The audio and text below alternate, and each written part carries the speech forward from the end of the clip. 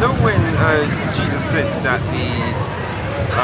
to the woman in John 4, at the well, that the salvation is of the Jews.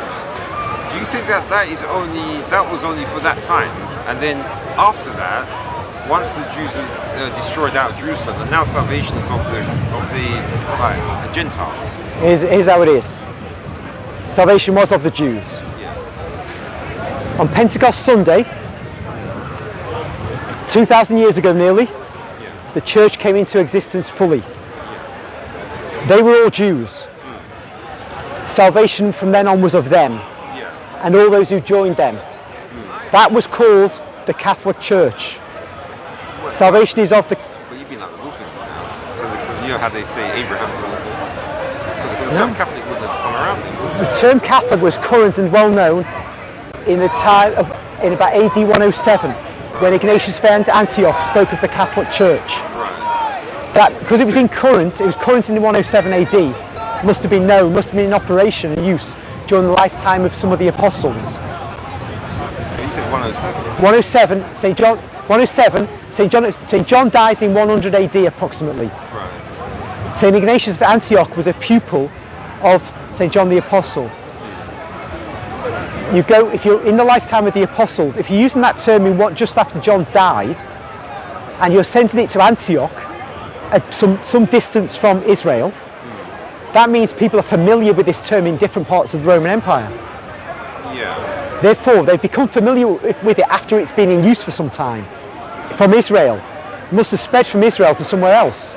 Otherwise it wouldn't have been used as a term. It's only if the local Jewish church is really using it that it would have credibility in Antioch in 107 AD. Because at this point, this early stage, you really only get credibility if the Hebrews are using a term. If they weren't using the Catholic Church term, it just was brought into existence by Gentiles. Yes, fundamentally, but there's a Hebrew equivalent, of course, there must be. Universal. But usually with names... It's a Greek word, it's a Greek word. But the very concept behind it will be Hebrew. And that's what will have got currency. So anyway, its currency will be commencing in the time of the apostles, because it was familiar to the people of Antioch. It was familiar to Ignatius of Antioch, and those to whom he was writing. So in Antioch itself, and I can't remember the Smyrnaeans or whoever it was written to, the term was familiar in two regions of the Roman Empire, and therefore it must have come out of the lifetime of the apostles, and so we can say that term is right there. And anyway, we don't have to use the name. The church which is established at Pentecost is the New Israel. Whatever name you give it, it is the thing which is the source of salvation. Nothing else. Old Israel is finished with, except until the end, because St. Paul says a remnant of Israel will come back. Right, but there's... And Zechariah said. Okay, but so you're saying that even though it was all Jews there at Pentecost, that at some point it will switch from them being alike to the Gentiles to the Gentiles being alike to themselves. Well, it's not an ethnic issue. The entire gospel was in the possession of the believers at Pentecost with the Blessed Mother, all of them, right? They had it there. There was nothing extra they needed. They didn't know to go in off to the Sanhedrin and say, oh, by the way, I've got a question. The Sanhedrin were irrelevant from that point on, right? Yeah. So, forget old Israel as a teaching body, it's irrelevant. So what is the use of the Jews at that point? To the Gentiles? They have nothing to say to the Gentiles, except to confuse them. So that group, anybody they teach as leaders, are going to be the light to the Gentiles, down the generations. And this is Israel, New Israel.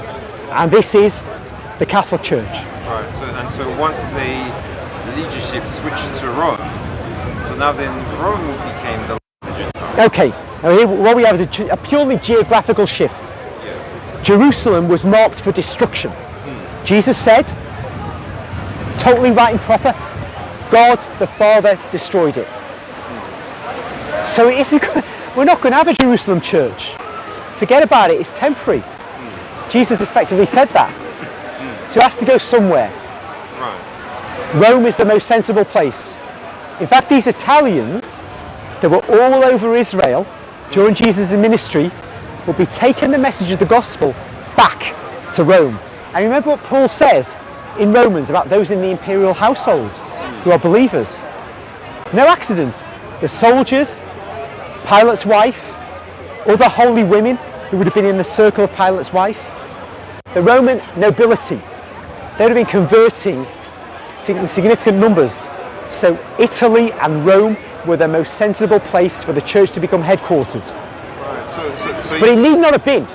Could have been in Middle Zimbabwe, could have been in Manchester, could have been in Scandinavia, could have been anywhere. But God, the Holy Spirit, is the wisest of gods. And putting it, I defy anybody to think of a better place than Rome.